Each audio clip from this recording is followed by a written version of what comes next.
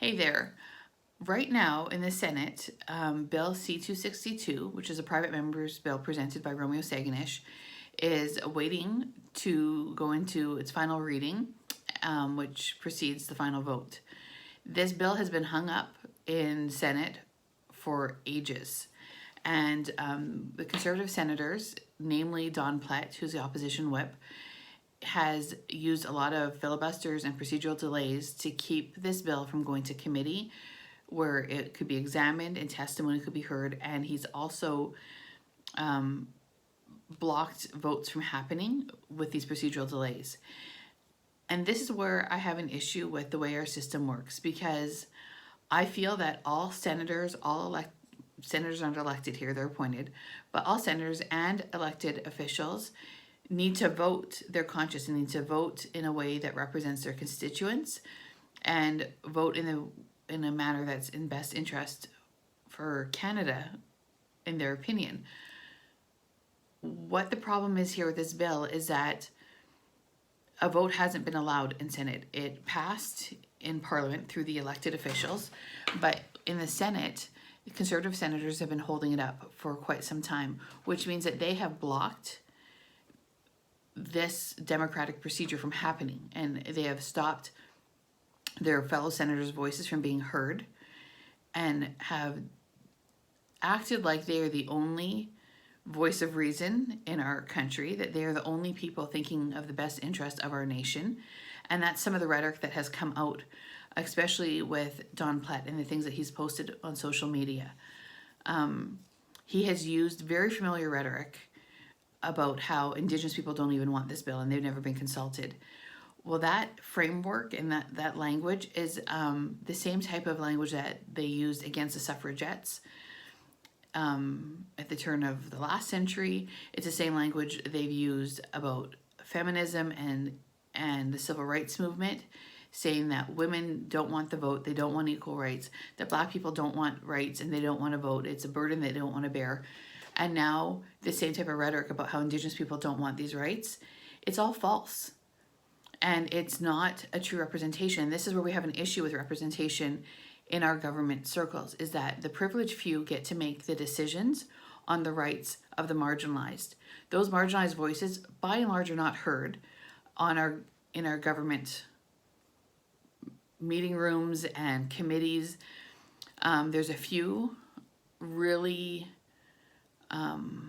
hardworking and connected and intentional representatives across Canada who have spent time with Indigenous people, who have spent time with refugees, who have spent time with those living in poverty or just above the poverty line, and have spent time hearing from these people in these communities. But the people who hold the positions of power in our government, generally speaking, or come from a place of privilege and a place of education and a place of that is predominantly very white. And what happens, unless you're intentional about making connections outside of your own life experience, you only make decisions from your own life perspective, and you make thousands and hundreds of thousands of people in the nation you're supposed to be representing invisible, because you don't hear their voice, you don't see their issues, you don't understand their needs. And what we have happening right now is a privileged few are trying to stop access to basic human rights from happening for Indigenous people here. And that's not okay with me, and it shouldn't be okay with you. And if you're a churchgoer, I'm talking to you right now. It is important that you understand the heart of Jesus in this. He 100% aligned himself with the marginalized and the poor and the oppressed.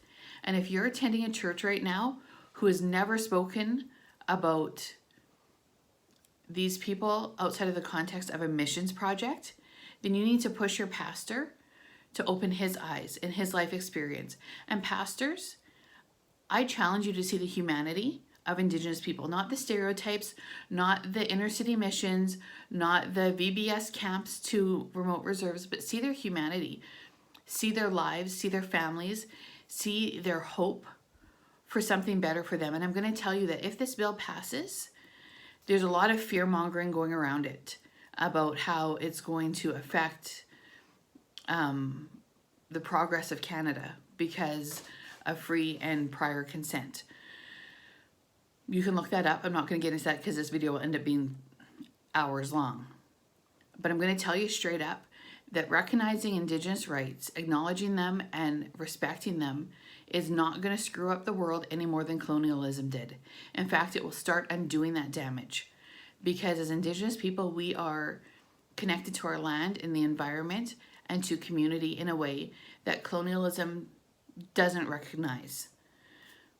And so I'm going to challenge you, churchgoers, pastors, ministry leaders, start entering these conversations. Start educating yourself. Start learning that if you're not going to be a voice for the oppressed and the ignored, then who will be?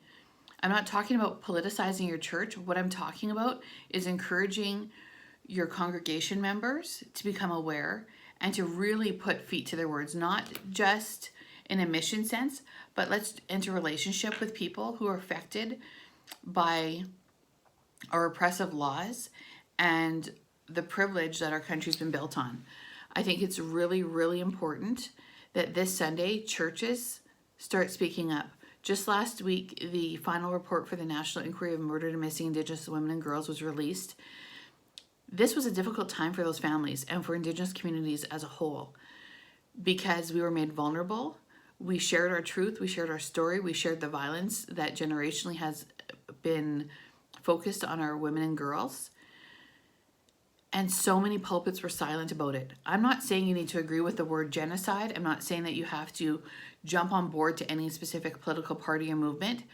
But it would have been really nice had pastors stood up there and said, I acknowledge that this has happened, that this report has come out, and I acknowledge that this is difficult for Indigenous communities, many of whom are probably represented and affected in our own congregation. Let's pray for these families. That would have been a beautiful thing to have happened. I don't know that it did anywhere. I've not heard from one church friend at one congregation where there was an acknowledgement made. We can do better. If we're meant to be followers of Jesus, then we need to step up our game and follow in his footsteps and build relationships and use our voice to direct attention towards the marginalized and the oppressed. And then we need to step back and let their voices be heard, their stories be heard. It's time that we recognize our privilege. I'm Métis, but I'm also very white. And I recognize that I have a lot of privilege and a lot of standing in areas where people of a different complexion would not. And my hope is, and my intention is living out this one life, that I make space for more of those stories to be heard. And that as a Jesus follower, that I move in ways of compassion and I see the humanity in the world around me, not just as a mission field to be saved, but as relationships to be entered into and valued and honored and cared for in an intentional way. So, this is my ask, that if you are a church-going person, that you have a conversation with your pastor and ask them not to just highlight overseas missions or even missions trips or projects within Canada, but to understand that there's a humanity to the people behind those stories and to acknowledge the pain and the grief and the struggle that they have endured while they've tried to propel their rights and their voices forward. Please inform yourself, educate yourself, contact me if you have any questions. I would love to enter a conversation with you. Thanks.